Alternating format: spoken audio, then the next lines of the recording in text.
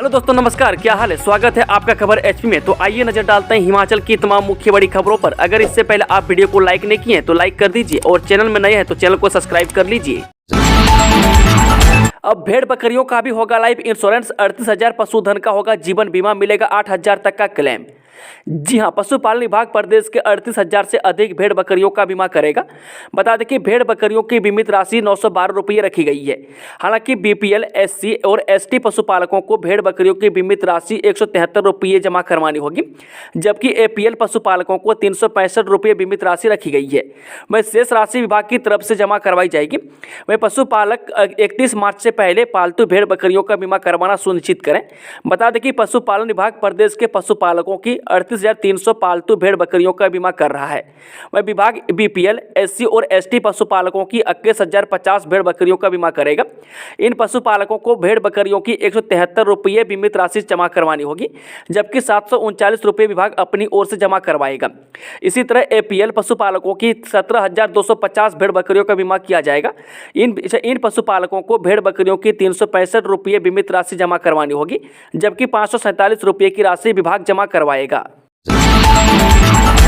सड़कें बहाल करने के लिए 15,000 कर्मियों की छुट्टियां रद्द। एचआरटीसी के 650 रूट बंद। हिमाचल प्रदेश के पहाड़ी इलाकों में भारी बर्फबारी के बाद बंद हुई सड़कों को बहाल करने के लिए लोक निर्माण विभाग ने 15,000 कर्मचारियों की फील्ड में तैनात किया है। वह विभाग ने इन कर्मचारियों की छुट्टियां रद्द कर दी है।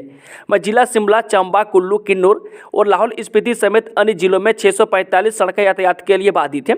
वह बता दें कि लोक निर्माण विभाग ने सड़कें बंद होने से संबंधित जानकारी को लेकर इंजीनियर इन चीफ कार्यालय सहित अन्य मंडल स्तर पर कार्यालय स्थापित किए हैं।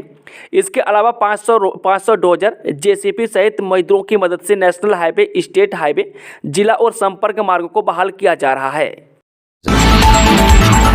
हिमाचल के 34 आदर्श अस्पतालों में तैनात होंगे 5 विशेषज्ञ, 200 डॉक्टरों की भर्ती का प्रस्ताव। जी हाँ, हिमाचल प्रदेश में पहले चरण में 34 आदर्श अस्पतालों को आधुनिक चिकित्सा सुविधाओं से लैस किया जाना है। इनमें उपकरण स्थापित करने को स्वास्थ्य निगम की ओर से टेंडर प्रक्रिया शुरू कर दी गई है। वहीं विशेषज्ञों की तैनाती को लेकर सरकार 200 स्पेशलिस्ट डॉक्टरों की भर्ती करने जा रही है। वह स्वास्थ्य विभाग ने इनका प्रस्ताव सरकार को भेज दिया है। इसके अलावा नर्सों और पैरामेडिकल स्टाफ की भी भर्ती की जानी है।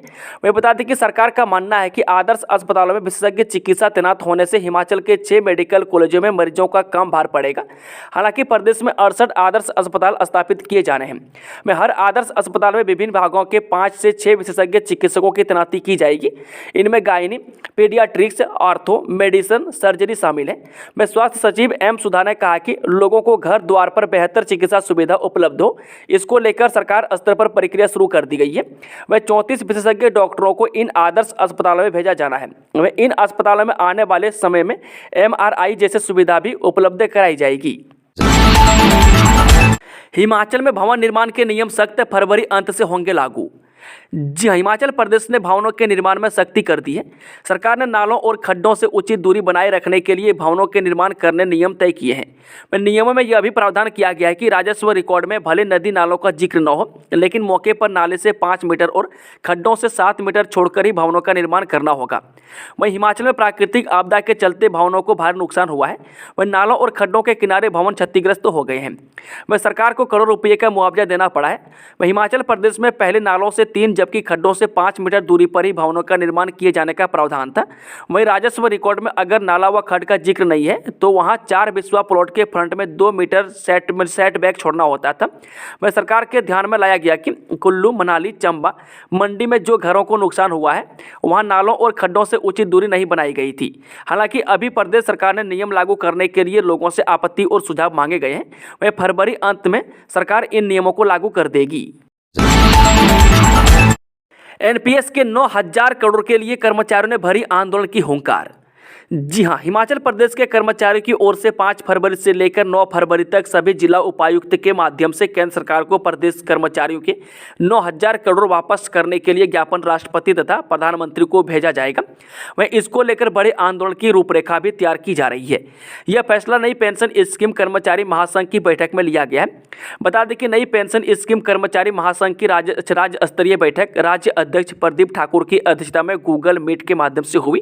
वहीं बैठक बैठक में राज्य पदाधिकारी तथा सभी जिला अध्यक्ष उपस्थित रहे।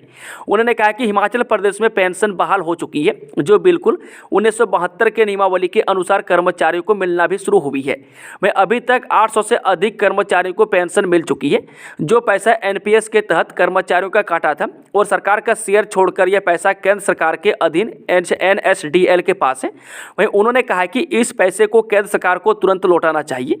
मैं कर्मचारियों का पैसा कर्मचारियों को मिल सके और सरकार का पैसा सरकार के खाते में जमा किया जा सके, मैं जिससे कर्मचारियों के पैसे डूबने का खतरा भी खत्म होगा और सरकार के खाते में लगभग 5,000 करोड़ रुपये से अधिक आएंगे। मैं ऐसा होने पर वर्तमान समय में सरकार को बड़ा आर्थिक सहयोग मिलेगा। उन्होंने कहा कि यह पैसा हिमाचल प्रदेश सरकार का है, जिसे तुरंत प्रभाव से केंद्र सरकार को वापस लौटाना चाहिए। उन्होंने कहा कि संगठन ने पेंशन बहाली के लिए एक लंबा संघर्ष किया है, मैं जिसके परिणाम स्वरूप ही आज पेंशन बहाल हुई है। उन्होंने विश्वास जताया है कि संगठन के प्रयासों से वह इस पैसे को केंद्र सरकार से वापस लाने में जरूर सफल होंगे और केंद्र सरकार पैसे को लौटाने में देरी नहीं करेगी।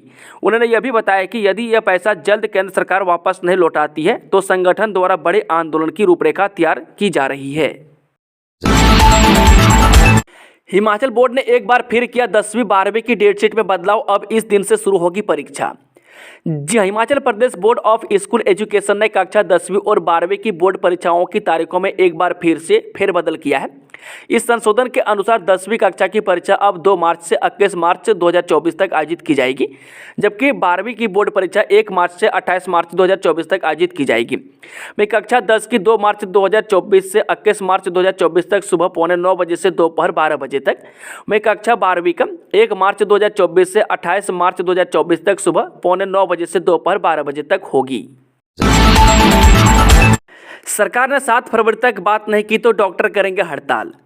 जी, हिमाचल प्रदेश चिकित्सा अधिकारी संघ ने कहा है कि अगर प्रदेश सरकार ने 7 फरवरी तक मांगों को लेकर संघ से बात नहीं की तो जल्द प्रदेश भर के चिकित्सक पेन डाउन हड़ताल पर चले जाएंगे। वह इसकी जिम्मेदारी सरकार की होगी। वह संघ की बैठक नूरपुर सिविल अस्पताल में आयोजित की गई है। वह महासचिव डॉक्टर विकास ठाकुर की अध्यक्षता में हुई बैठक में मेडिकल ऑफिसर की लंबित मांगों के पूरा नहीं होने पर नाराजगी जताई गई। वह डॉक्टर विकास ठाकुर ने कहा कि चिकित्सकों की अग्रिम भर्ती के समय सरकार ने एनपीए बहाल करने का आश्वासन दिया था, लेकिन हाल ही में विशेषज्ञ चिकित्सकों की नियुक्ति के समय इसे वेतन से हटा दिया गया।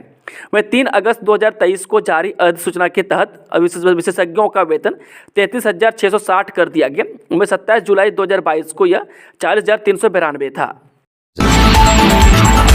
CSIR पालमपुर देश में पहली बार तैयार करेगा पियोनी फूल, कंपनी के साथ किया MOU। हिमालयी जैव संपदा प्रौद्योगिकी संस्थान पालमपुर देश में पहली बार नीदरलैंड के पियोनी फूल को उगाने पर शोध करेगा। इस फूल के बीज को यहाँ के वातावरण के हिसाब से विकसित करने के लिए CSIR नीदरलैंड और हरियाणा की एक कंपनी के साथ मिलकर शोध करेगा। मैं नीदरलैंड की मैसर्ज डर्क सीपर और हरियाणा की जींद की मैसर्ज रेड मिर्ची कंपनी के साथ MOU साइन हो चुका है। मैं हिमाचल प्रदेश के ठंडे क्षेत्र लाहौल स्पीति, लद्दाख और कारगिल में इसके पौधे उगाकर उस पर अध्ययन किया जाएगा। इसके बाद फूल की किस्में देश भर के किसानों तक पहुंचाई जाएगी। मोबाइल ऐप से होगा ई-वाहनों के चार्जिंग शुल्क का भुगतान, प्रदेश सरकार ने की तैयारी। हिमाचल प्रदेश के इलेक्ट्रिक वाहन मालिक और बाहरी राज्यों से हिमाचल आने वाले सैलानी मोबाइल ऐप के जरिए चार्जिंग शुल्क का भुगतान कर सकेंगे। वह प्रदेश सरकार की ओर से स्थापित किए जा रहे इलेक्ट्रिक वाहन चार्जिंग स्टेशनों के लिए इसी माह मोबाइल ऐप की सुविधा शुरू करने की तैयारी है। यह ऐप वाहन मालिकों की चार्जिंग स्टेशन तलाशने में भी मदद करेगा। वह सरकार ने परिवहन विभाग के माध्यम से प्रदेश के 17 पेट्रोल पंप पर इलेक्ट्रिक वाहन चार्जिंग स्टेशन तैयार कर दिए हैं। वह प्रदेश में 6 ग्रीन कॉरिडोर भी स्थापित किए जा रहे हैं। वह प्रदेश का पहला ग्रीन कॉरिडोर किरतपुर, बिलासपुर, मंडी, कुल्लू, मनाली, केलांग तैयार कर दिया है। मैं इस मार्ग पर इलेक्ट्रिक वाहनों को चार्ज करने के लिए 7 चार्जिंग स्टेशन तैयार कर दिए गए हैं। बिना फायर NOC के चल रहे 30% उद्योग सरकार ने NOC नहीं की है अनिवार्य। जी हाँ, फायर NOC लेना उद्योगों के लिए सरकार ने अनिवार्य नहीं किया है। वह BBN में 30% ऐसे उद्योग हैं जिन्होंने NOC नहीं ली है। वह NOC केवल 2 साल की होती है। अगर दोबारा NOC लेनी होती है तो उसके रखरखाव और रिपेयर पर लाखों रुपये खर्च होते हैं। इसके चलते कई उद्योगपति फायर NOC नहीं लेते।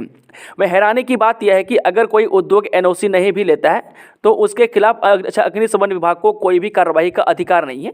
वह केवल उन्हें सूचित करता है और यही कारण है कि BBN में उद्योग NOC लेने के लिए जल्दबाजी नहीं करते हैं। सर्च अभियान में देरी पर कामगारों के परिजनों का फैक्ट्री के बाहर हंगामा। जी हां, बद्दी के झाड़ माजरी स्थित परफ्यूम फैक्ट्री में आग लगने के बाद से अब तक लापता कामगारों के परिजनों ने सर्च अभियान में देरी पर फैक्ट्री के बाहर जमकर हंगामा किया। वहीं लापता चंपो देवी, कल्पना विजय दुबे, काजल भारती के परिजनों ने कहा कि 3 दिन से यह लापता है। अगर पुलिस व एनडीआरएफ की टीम उन्हें बाहर निकालने में सक्षम नहीं है तो उन्हें अंदर जाने की इजाज़त दी जाए। वह अभी भी आग पूरी तरह से नहीं बुझ पाई है। वह कामगारों ने पुलिस व फैक्ट्री प्रबंधन के खिलाफ नारेबाजी भी की। इस बीच असुरक्षित घोषित की जा चुकी फैक्ट्री के भीतर जाने की जिद कर रहे परिजनों को बैरिकेड लगाकर रोकना पड़ा। हिमाचल वासियों के लिए खुशखबरी, घरों के निर्माण के लिए हिमाचल पर्यटन विकास देगा वित्तीय सहायता, 7,000 एकल महिलाओं को मिलेगा लाभ। जय हिमाचल पर्यटन विकास ने एकल और विधवा महिलाओं को सशक्त बनाने के लिए पहल शुरू की है। वह घरों के निर्माण के लिए पर्यटन विकास वित्तीय सहायता प्रदान करेगा। वह पर्यटन विकास निगम के अध्यक्ष RS बाली ने राज्य सरकार के जरिए आवास अनुदान के माध्यम से इस योजना की शुरुआत की है। वह चालू वित्तीय वर्ष में सरकार ने घरों के निर्माण के लिए 1.5 लाख रुपये का अनुदान निर्धारित किया है। मंडी के उत्पादों के कायल हुए सैलानी, गर्म पट्टी के कोट, मफलर और शॉल की डिमांड ज़्यादा। ये शिमला के गेयटी थिएटर में पराशर हथकरघा और हस्तशिल्प संस्था ने लोगों के लिए गर्म कपड़ों की प्रदर्शनी लगाई। वह मंडी के कामगारों द्वारा ये प्रदर्शनी लगाई गई है। वह स्थानीय लोग ही नहीं देशी व विदेशी लोग भी इसका खूब मजा ले रहे हैं। वह मंडी के कामगारों का ये सामान सभी को अपनी तरफ आकर्षित कर रहा है। शिमला एयरपोर्ट से सेवाएं इस दिन तक बंद, क्या है कारण, जाने पूरी खबर। जी, लगातार बारिश और धुंध के कारण शिमला के जुबड़हट्टी हवाई अड्डे से हवाई सेवाएं पिछले 1 हफ्ते से बंद हैं। मौसम की स्थिति और पूर्वानुमान को देखते हुए एलायंस एयर ने अपनी सेवाओं को फिलहाल 7 फरवरी 2024 तक कैंसिल कर दिया है। इस कारण शिमला से दिल्ली और धर्मशाला तथा शिमला से अमृतसर और कुल्लू के लिए हवाई सेवाएं अभी उपलब्ध नहीं है। मैं एलायंस एयर में इस अवधि के लिए ऑनलाइन बुकिंग भी क्लोज कर दी है। मैं 7 फरवरी को मौसम की स्थिति के आकलन करने के बाद 8 से 10 फरवरी के शेड्यूल पर फैसला होगा। मैं शिमला एयरपोर्ट से मिली जानकारी के मुताबिक बता दें कि 1 फरवरी से अब तक दिल्ली और अमृतसर से फ्लाइट नहीं आई है। मैं दिल्ली से विमान के उड़ने का समय सुबह 7:10 पर है, लेकिन सर्दियों में 8 बजे से पहले फ्लाइट नहीं हो पा रही है। मैं इस कारण धर्मशाला जाना है और आना भी देरी से हो रहा था। मैं अमृतसर से शिमला फ्लाइट भी धुंध के कारण समय पर नहीं थी। इसी बीच पश्चिमी विक्षोभ के सक्रिय होने के कारण बारिश और बर्फबारी का सिलसिला शुरू हो गया। इसी के असर के तौर पर मैदानों में धुंध भी थी। मैं शिमला एयरपोर्ट क्योंकि लंबाई में छोटा है, इसलिए एयर स्ट्रिप पर पानी जमा होने पर भी फ्लाइट से बचा जाता है। 7 जिलों में बर्फबारी का अलर्ट, मौसम विभाग की हिमाचल के इन जिलों को आज के लिए चेतावनी। जो हिमाचल में चल रहे बारिश बर्फबारी के दौर के बीच सोमवार को प्रदेश के 7 जिलों के लिए येलो अलर्ट जारी किया है।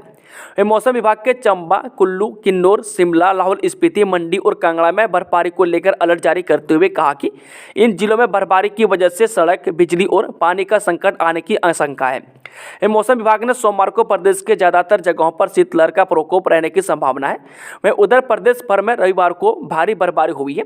वह पश्चिमी विक्षोभ के सक्रिय होने से ऊंचाई वाले इलाकों में बर्फबारी हुई, जबकि मैदानी इलाकों में बारिश दर्ज की गई है। वह बर्फबारी के बाद प्रदेश के तापमान में हल्की बढ़ोतरी दर्ज की गई है। वह प्रदेश में अब 4 शहरों का तापमान शून्य से नीचे रह गया है। चंबा में ड्राइविंग टेस्ट व वाहनों की पासिंग का शेड्यूल जारी। क्षेत्रीय परिवहन प्राधिकरण चंबा द्वारा फरवरी माह में आयोजित होने वाले ड्राइविंग टेस्ट और वाहनों की पासिंग का शेड्यूल जारी कर दिया गया है। में RTO चंबा राम प्रसाद ने बताया कि ड्राइविंग टेस्ट के शेड्यूल के अनुसार 13 फरवरी को चंबा के आवेदनकर्ताओं के लिए ड्राइविंग टेस्ट का आयोजन किया जाएगा। इसके अतिरिक्त 27 फरवरी को RTO चंबा, 9 फरवरी को चंबा, 22 फरवरी को RLA चंबा, 16 फरवरी को बनीखेत, 19 फरवरी को चुवाड़ी, 14 फरवरी को तीसा, 15 फरवरी को सलोनी व 21 फरवरी को भरमौर के आवेदनकर्ताओं के ड्राइविंग टेस्ट लिए जाएंगे।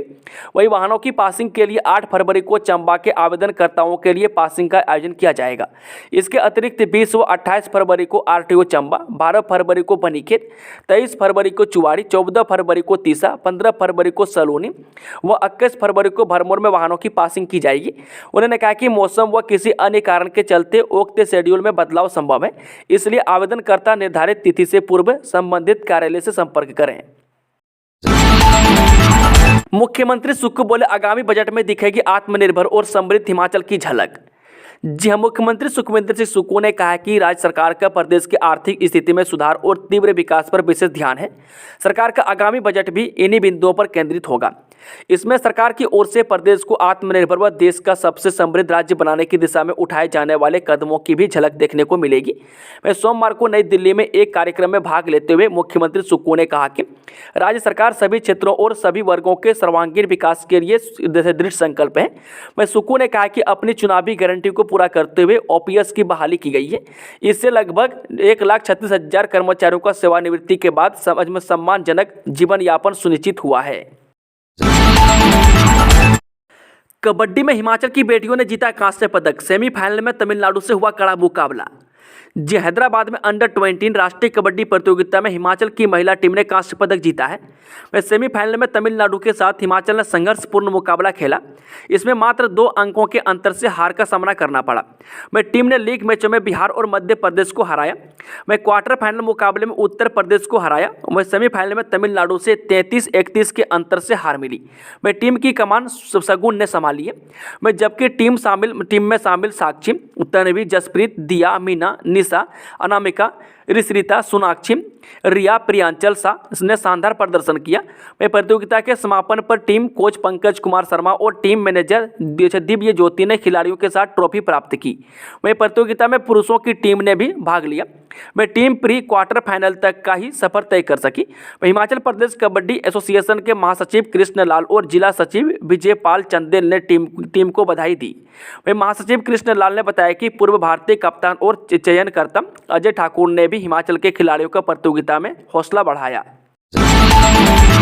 मुकेश अग्निहोत्री बोले, दर्शन बस सेवा के तहत ऊना से वृंदावन के लिए भी शुरू होगी बस सेवा।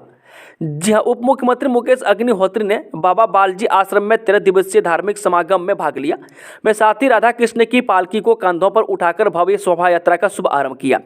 इस दौरान उप मुख्यमंत्री मुकेश अग्निहोत्री ने राधा कृष्ण मंदिर कोटला कला में माथा टेका और बाबा बालजी की महाराज से आशीर्वाद भी लिया। मुकेश अग्निहोत्री ने कहा कि जिला ऊना के कण कण में देवी देवताओं का वास है। मैं जिले के काफी स्थानों पर भव्य मंदिर है जो कि स्थानीय जनता की आस्था के केंद्र हैं। वह उप मुख्यमंत्री ने कहा कि जिला में प्रसिद्ध शक्तिपीठ माता श्री चिंतपूर्णी मंदिर, डेरा बाबा रुद्रानंद जी महाराज आश्रम व बाबा बालजी महाराज का आश्रम है, मैं जो कि काफी लंबे समय से लोगों को धर्म के मार्ग पर ले जाकर प्रभु चरण में जोड़ने के साथ सनातन धर्म का प्रचार प्रसार करने का कार्य कर रहे हैं। मैं बाबा बालजी महाराज ने बाबा बाल आश्रम से वृंदावन तक H8 बस सेवा शुरू करने का आग्रह किया। वहीं बाबा बालजी ने कहा कि आश्रम में आयोजित होने वाले प्रत्येक धार्मिक आयोजनों को बेहतर ढंग व व्यवस्थित तरीके से आयोजित करने के लिए सरकार व प्रशासन का पूर्ण सहयोग मिलता है।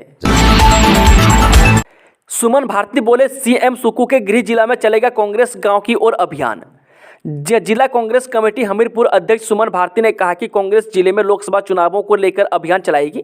इस अभियान को कांग्रेस गांव की ओर से नाम दिया है। मैं सीएम सुक्खू के गृह जिले से इस अभियान का आगाज होगा।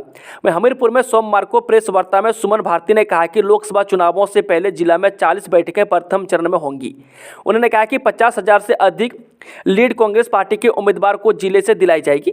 वह हमीरपुर से 2 दफा पहले भी मुख्यमंत्री रहे लेकिन जिला की अनदेखी हुई। वह हमीरपुर और प्रदेश के विकास को सीएम सुक्खू ने गति दी है। उन्होंने कहा कि कर्मठ कार्यकर्ताओं को जिम्मेदारी दी जाएगी। वह 8 फरवरी से ब्लॉक में बैठकों का दौर शुरू होगा। जल्द ही बूथ स्तर के कार्यकर्ताओं की सूची तैयार की जाएगी। शिक्षक भर्ती समेत कई मांगों को लेकर एबीवीपी ने एचपीयू के कुलपति को घेरा। जी हां, एचपीयू में शिक्षकों की कमी और नई शिक्षा नीति को जल्द लागू करने की मांग को लेकर अखिल भारतीय विद्यार्थी परिषद ने सोमवार को शिमला में कुलपति का घेराव किया। में एचपीयू में इस समय शिक्षकों के करीब 200 पद खाली हैं। में एबीवीपी लंबे समय से भर्तियों की मांग कर रही है। वहीं इसमें इकाई सह मंत्री अमन अदिति ने कहा कि न केवल शिक्षकों की भर्तियां बल्कि गैर शिक्षक पदों की भी भर्तियां के लिए भी मांग उठाई गई है, में जो काफ़ी समय से खाली पड़ी है। वे परिषद से एचपीयू प्रशासन पर गड़बड़ी का आरोप लगाते हुए कहा कि प्रशासन विद्यार्थियों को बस सुविधा भी नहीं दे रहा है।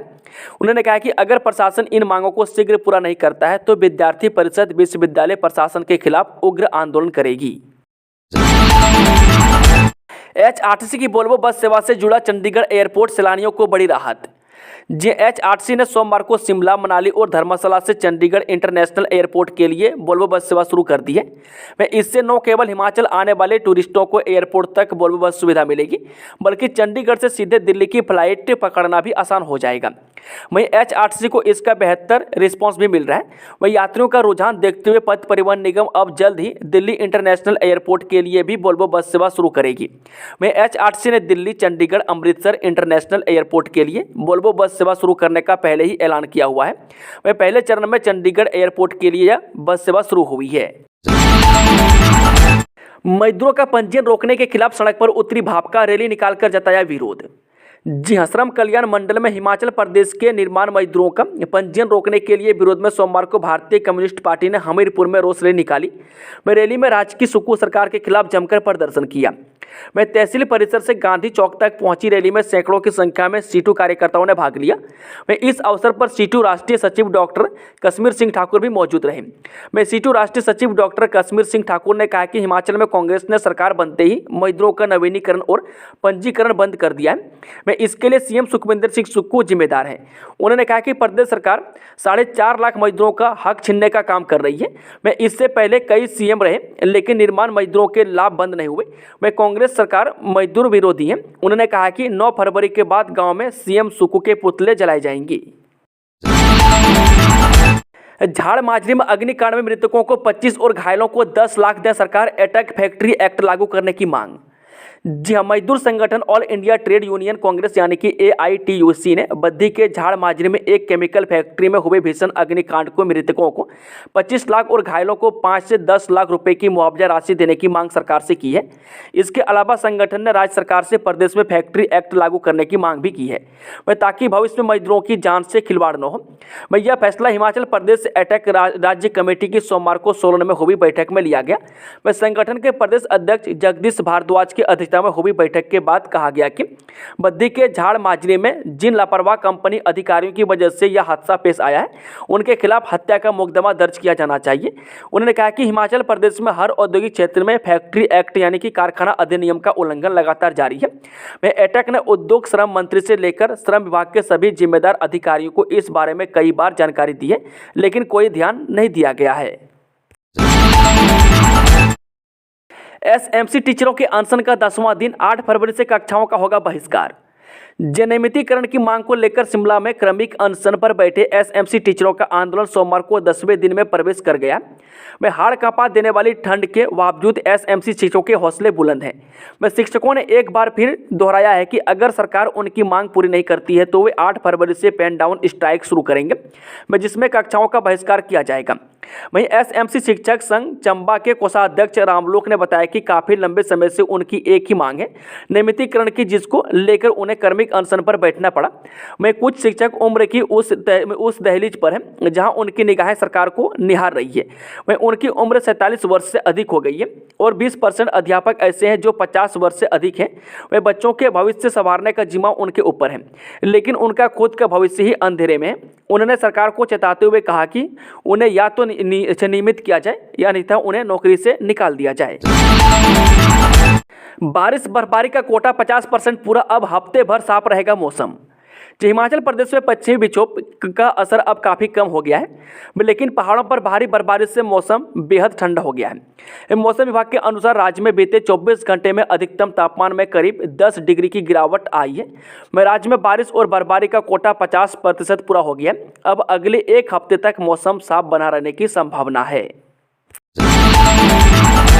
शिमला, कुल्लू, मनाली घूमने के लिए ये रहा स्पेशल पैकेज, सुविधाएं भी साथ। हिमाचल प्रदेश में लंबे इंतजार के बाद बर्फबारी हुई है। स्नोफॉल देखने के लिए देश विदेश से पर्यटक हिमाचल घूमने आए हुए हैं। हिमाचल में कई ऐसी जगह हैं जो अपनी खूबसूरती के लिए पूरे देश में प्रसिद्ध है। मार्च महीने में अगर आप भी शिमला, कुल्लू और मनाली घूमने का प्लान कर रहे हैं तो IRCTC के शानदार पैकेज के बारे में जरूर जान लें।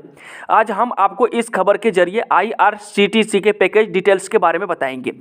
बता दें कि मार्च महीने में अगर हिमाचल घूमना है तो IRCTC केरल के कोच्चि से शिमला, कुल्लू और मनाली के लिए स्पेशल पैकेज लेकर आया है।